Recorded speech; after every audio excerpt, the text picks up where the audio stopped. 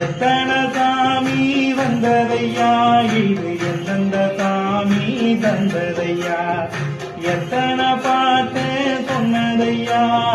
சுற்றுற பூமி கண்டதையா அடிச்சு வீசும் காத்திரையும் அந்த தகப்பனாக சுற்றுதையா